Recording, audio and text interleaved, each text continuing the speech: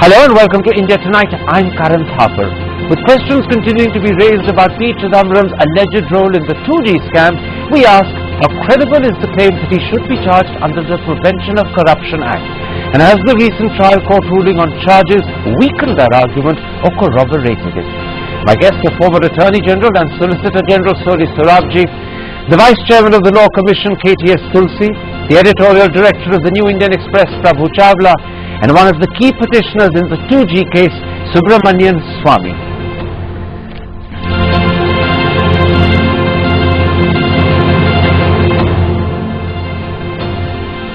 Gentlemen, let's start with the argument put forward both by Subramanian Swamy as well as the leader of the opposition in the Rajya Sabha, Arun Jaitley. KTS Tulsi, they say that when Mr. Chidambaram gave up his initial position in favor of an auction and accepted Mr. Raja's stand in favor of first come first serve at 2001 prices, he knew he was facilitating an unjustified pecuniary advantage to the licensees, and therefore he is guilty of breaching section 13(1)(d)(2) of the Prevention of Corruption Act. Do you agree with them? Not at all. Merely making a policy decision about whether it should be the auction route or it should be the route in accord as advised by the regulator, and that's a TRAI. And if he agrees with the particular view, there can be so many valid reasons, and therefore you can't say that merely because he changed his position or merely because he agrees with the telecom minister, therefore he is liable. There is no material. What to talk of prima facie material for the purpose of investigation. Alright, Mr. Surabji, let me quote to you a very different view given to Network 18 by Harish Salve. He said, I would be very uncomfortable if I were in Mr. Chidambaram's shoes. Who do you agree with, Harish Salve, who says he would be uncomfortable, or do you agree with Mr. Tulsi, who says that both Subramanian Swamy and Arun Jaitley are mistaken in believing that Mr. Chidambaram can be charged under the Prevention of Corruption Act? Well, Karan, I can't talk about Harish's discomfort.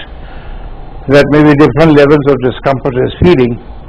But I'm inclined to agree with Tulsi because he said there may be valid reasons. I go one step further. Assuming there are not valid reasons, is his reason, is it tainted by malafidis? Could it not be error of judgment? If you are going to ask for prosecution of ministers because they take a certain point of view which by hindsight may not have proved to have been the correct one, I don't think we would prosecute them. There must be cogent, credible material. You can't problematic inferences from incomplete facts. It's not sufficient to implicate any person, any minister. You have two very interesting but opposite views to yours. Mr. Tulsi, who says there are perhaps cogent reasons for Mr. Chidambaram changing his opinion and accepting Mr. Raja's position. Mr. Surabji, who advances the argument that it might possibly have been error of judgment, but it's not mala fide. Both of them disagree with you. How do you defend your position? Well, first of all, it was not my position. I didn't want to interrupt you. I never said that he made a change in policy. That is Jaitley's view, and it certainly, if there is a change in policy, it doesn't come under immediately under 13(1)(d). So you then disagree with Jaitley's view? You don't? I don't pay attention to that. It's not material for me. What's material for me is that the price was fixed at 2001. Who fixed it? Two, that the people who got the licenses, although there was a try and there was a license requirement not to sell it for 3 years, by a certain sleight of hand, Mr. Chidambaram advised Mr. Raja, and that's on record, that he could sell it, he could allow them to sell it to Etisalat and Swan to sell it to Etisalat and Unitech to sell it to Telenor, and they earned a whopping 8 times what they paid the government of India. So therefore 13(1)(d) comes in because there was without any public interest, and certainly there was no public interest because these are blacklisted companies. He enabled them to make a lot of money. Alright. That is my charge. Okay, so your charge is not that Section 13(1)(d) comes into play because he changed his position. Yeah. It comes into play because he facilitates sale of shares onwards. And plus this fixing of the price at 2001. Prabhu Chawla, you've listened to all three lawyers. You're a journalist and editor who's followed this story very closely. What is your reading of Mr. Chidambaram's position? Would you agree with KTS Tulsi and Soli Sarabji? Or would you agree either with Harish Salve, who says that he would be uncomfortable if he was Chidambaram, or with Mr. Subramanian Swamy, who says that 13(1) does apply but for a different reason? Which of the two do you agree with? Karan, I admire Subramanian Swamy for fighting a lonely battle. Because of him, the issue is still alive, otherwise this would have been buried by now. The question is, who will decide who is culpable? Can media decide? Let it be decided by the court. The question is, courts have taken cognizance of the fact. Mr. Subramanian Swamy's appeal is also pending in the court. Let the courts decide. When we talk about culpability, we must remember one thing. It's a collective decision of the cabinet. If Mr. Chidambaram changed his mind, so did the Prime Minister's office. On 6th of January, Mr. Pulak Chatterjee wrote to the committee. Let's not go on to the Prime Minister. Let's stick to spectrum should be given to. Prabhu, I'm stopping you. Let's not go on to the Prime Minister. I want to keep the focus on Mr. Chidambaram. I'm speaking to Chidambaram. Go ahead. No, why not? When you are, the question is, you have asked me Chidambaram is being made accused because he was involved in taking decision making, which was endorsed by the Prime Minister's office later on. Okay. The question is, who will decide? I am saying whether Chidambaram is culpable or not. I am not giving any kind of opinion on that. I am saying, let the agencies, let the court, let the highest Supreme Court decide whatever the crime has been committed. Okay, I accept that. Decide on that. I understand your reluctance. I understand your reluctance to give me an opinion, but when you say let the courts decide, of course the courts will decide. It's not a question of us letting them decide. They will decide. They have a right to decide. Let me come back to you, Mr. They will decide. They have a right to decide. Let me come back to you, Mr. Tulsi, and take up the point that Mr. Swamy made, that he believes Mr. Chidambaram can be charged under Section 13(1)(d)(2), but not because he changed his view for mala fide reasons and thus permitted an unjustified pecuniary advantage, but because he permitted the onward sale of shares, and the price at which that happened. Now there is no sale of shares, because it's only when these companies, according to whatever material is available in public domain, these companies at the time of giving an application said that they will bring in foreign equity and for the purpose of discharge of rollout obligations. And if you issue fresh equity with government's permission, it cannot be termed as the sale of sale, and the money came through banking channels with the approval, with the prior approval of the government. So therefore, what is it? Which false statement have they made? They told the government right in the beginning, we will bring in fresh equity. And we need to remember that in India, under this policy, the existing operators were ineligible. And persons who, if they are ineligible, the foreign operators are ineligible, who will come? Only those persons who are not in telecom sector. And when they came, they said that we were coming in with the intention of bringing in experienced telecom operators from abroad. And when they come, it's actually a lot of foreign investment having been made in the telecom sector in India. India should be happy. I accept that. That's your answer. Let me put the very same question to Mr. Sarabji. Mr. Sarabji, how do you respond to Mr. Swamy's claim that Mr. Chidambaram can be charged under Section 13(1)(d)(2) of the Prevention of Corruption Act, not for changing his opinion and facilitating a pecuniary advantage, but because of the sale of shares? Karan, the very critical expression in Subramanian Swamy's statement was, he did by sleight of hand. Now that's the thing, sleight of hand. Where does he get it? How does he presume? How does he infer? That's the whole basis. That means he's going on the position that it is a mala fide act. Absolutely. The expression sleight of hand means what? Means it was for extraneous reasons, it was a mala fide reasons. Now there is no material at present to establish that. Let's put that to you. Where do you come up with that phrase sleight of hand? What gives you the justification for using it? I am thankful to Sarabji. He is as sharp as ever. That's fact. I did say sleight of hand. And the But fact why did you say it? I'm telling you, I'm going to tell you now. Tulsi says it's just bringing in fresh equity, creating fresh equity. Actually what has happened is Swan Telecom's name is changed to Etisalat. And now Etisalat DB has become a branch of Etisalat in Dubai. Telenor, Unitech has become Uninor. So therefore, how is it that these companies have changed the management hand? This is sleight of hand? Of course, because if you're just selling equity, you'll still be Swan Telecom and you will be still Unitech. No, but if you happen to sell the majority of the equity, then the new buyer has the right to change the name. That is precisely. But you've sold the majority not by selling your own share, but by diluting. That's the critical point. It doesn't point. matter. Once the company goes into the hands of these two companies, the license is also so theirs. you consider this sleight of hand. This is your reason. Of course, okay. It is my reason. Let me bring you in, Prabhu Chawla. Do you think that really does amount to sleight of hand, or is this some exaggeration of expression instead? My dear Karan, you allow me to complete the sentence, because FIBV is there, in which all the secretaries of the Government of India are represented. There is a secretary, joint secretary representing Home Ministry, there is a joint secretary representing External Affairs Ministry, there is a joint secretary from Commerce and Industry Ministry. All of them get their instructions from their own minister. Once the secretary FIB passes the resolution allowing the disinvestment, only then the minister approves. Does it mean all other ministers whose joint secretary was representing the FIBB, they were the part of the sleight of hand? The question is, FIBB is a statutory body which takes a decision approved by the cabinet, therefore everything was allowed. It was a CCA decision earlier, which means presided over the Prime Minister, which allowed this kind of disinvestment earlier. The joint secretaries who were present in the meeting, who allowed this investment after these companies got the licenses, they were taking instructions from their own ministers. Okay. It was the implementation of a policy, which Mr. Chidambaram only signing once the recommendation had come from there. Absolutely. Only the misuse were done by Mr. Raja, who misused the queue system and manipulated the system, therefore is being charged. Okay, that's a very good convincing answer from Prabhu Chawla. You nodded your head saying you wanted to intervene. Very quickly, what's your response?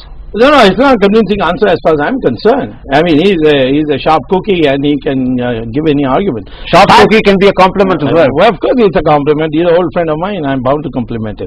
The question is this, that there are two parts and you're concentrating on one. One of them is that these two companies were blacklisted companies. There is a letter from the Home Ministry when Shivraj Patil was Home Minister to Mr. Chidambaram that under no circumstances any financial transactions should be permitted. We're talking about Etisalat and Telenor? That's right. Okay. So in other words, this adds to your sleight of hand? Exactly. Okay. Not only it adds to my malafide. Okay. And malafide underlies your sleight of hand. And Mr. Raja has recorded on the file that is Mr. Chidambaram who told me this can be done. Secondly, I must come in defense of the Prime Minister. No, leave the Prime Minister. They're not criticizing the Prime Minister. No, they're not criticizing. I stopped Prabhu Chawla. I stopped Prabhu Chawla. Very quickly on this particular point that these were blacklisted companies and yet Mr. Chidambaram permitted sale of equity to them. Do you want to answer that, Mr. Tulsi, before we take a break? Well, so far as I know, the question of that was posed to Mr. Chidambaram was only whether transfer of equity or issue of equity is permissible, is legally permissible, and it is only that issue which was in principle permitted or approved by Mr. Chidambaram. It is not a question as to who is transferring. The individual cases were different, but in this case he said that transfer of equity, there was no such representation that there will be no transfer of equity. Okay. In fact, the applicant said that we will transfer equity. Let me bring you in, Soni Sarabji. As you've heard Prabhu Chawla say, the FIPB would have presided over and taken the decision which cleared the onward sale of equity. Therefore, surely if this has been sold as is alleged by Mr. Swamy to companies that were blacklisted, the responsibility lies not with the minister but the FIPB. Wouldn't you accept that? I find force in Prabhu's argument. And besides, when you're talking of sleight of hand, not sleight of hand of those companies, sleight of hand of Chidambaram to make him answerable to criminal charges. Let's not mix up the two. Okay. So you don't buy that argument either. Very quickly, Prabhu, before I take a break, how do you respond to what you heard Mr. Swamy say that these were blacklisted companies? Give me a short, sharp answer. I'm just giving a short answer because Joint Secretary Home Ministry was in that meeting. He was not listening to the minister, it seems, because his signatures are there on the approval of the transfer of equity. So in other I words, don't think who is powerful, Joint Secretary of a ministry or a minister himself who was eased out after that. so in fact, as you say, it is the FIPB that takes responsibility. You can't pin the blame if there is blame to pin. That's a very important codicil on Mr. Chidambaram. We take a break at that point, and when we come back, we ask, has the recent ruling by the trial court judge on the charges corroborated the alleged case against Mr. Chidambaram or weakened it? See you in a moment after the break.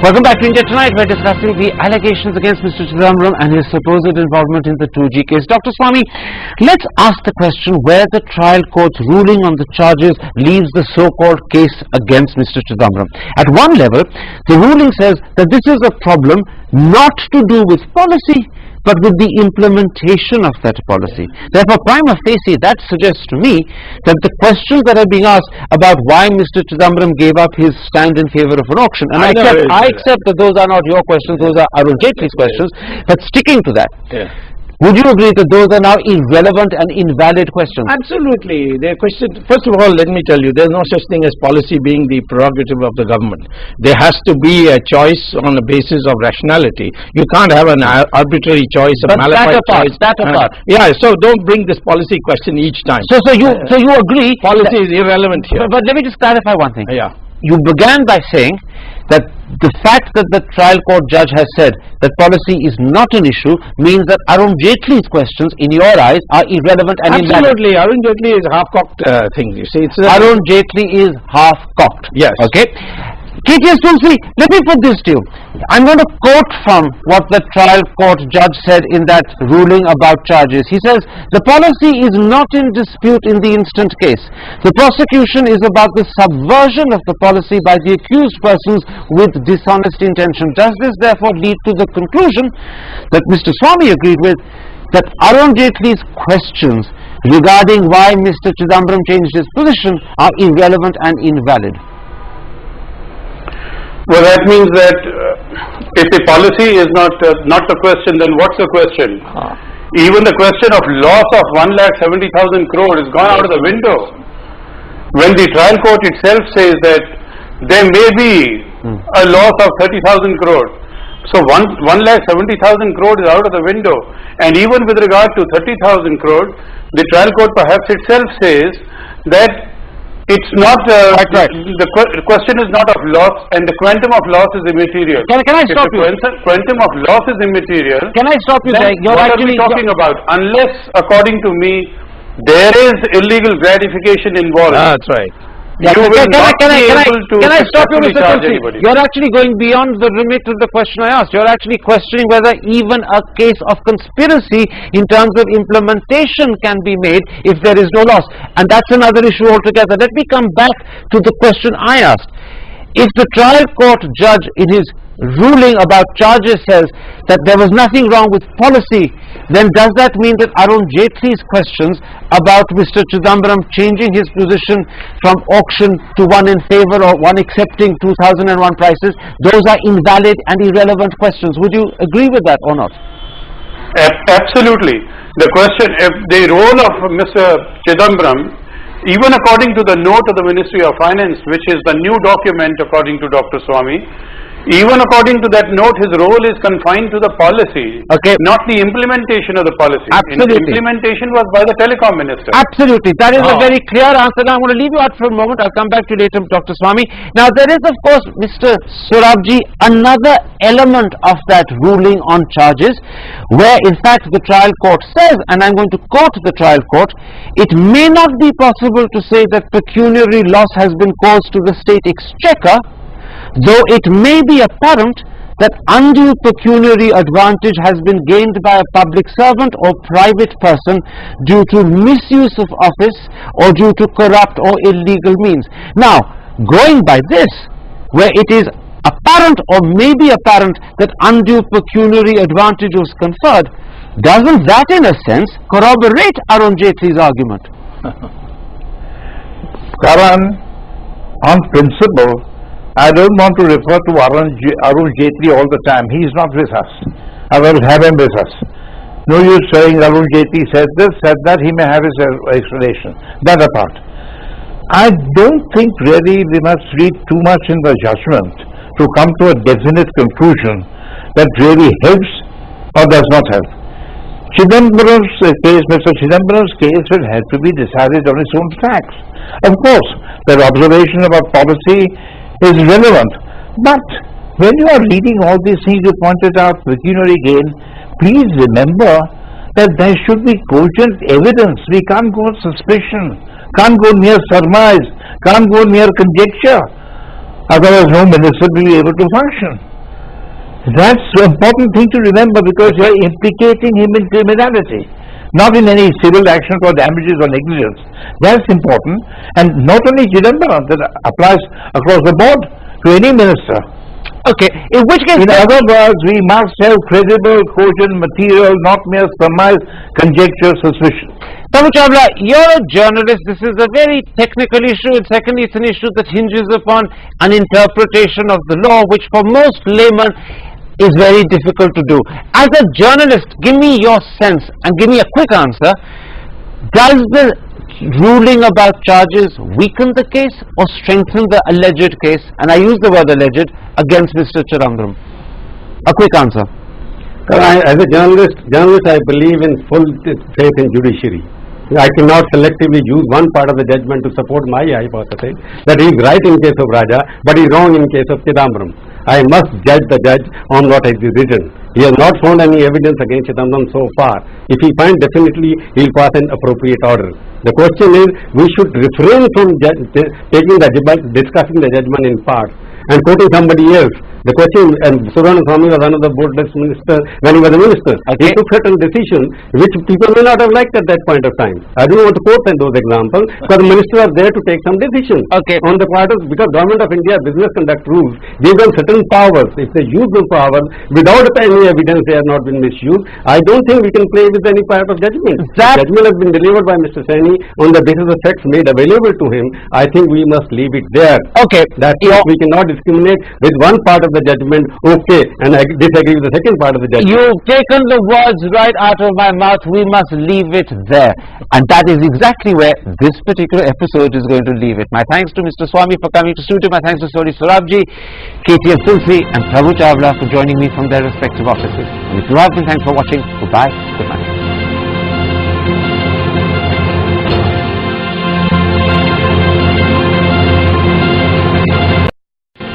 Hello and welcome to India Tonight. I'm Karan Thapar.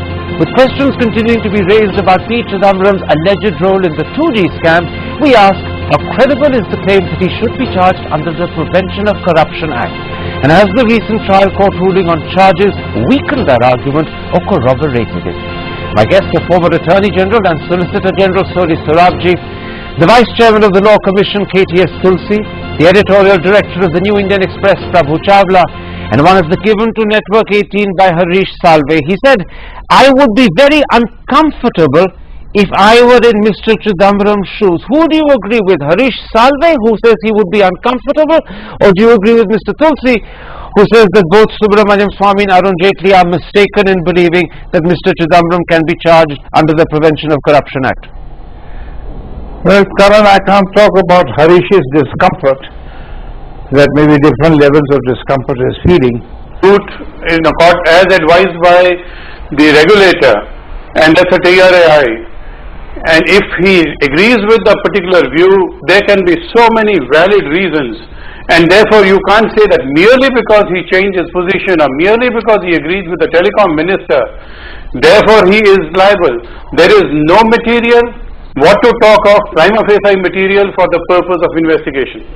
All right. Mr. Sorabji, let me quote to you a very different view, but of first come, first serve at 2001 prices. He knew he was facilitating an unjustified pecuniary advantage to the licensees, and therefore he is guilty of breaching section 13(1)(d)(2) of the Prevention of Corruption Act. Do you agree with them? Not at all.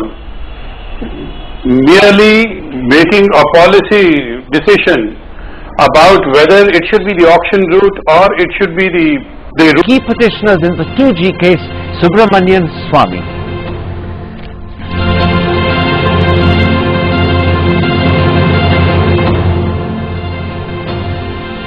Gentlemen, let's start with the argument put forward both by Subramanian Swamy as well as the leader of the opposition in the Rajya Sabha, Arun Jaitley.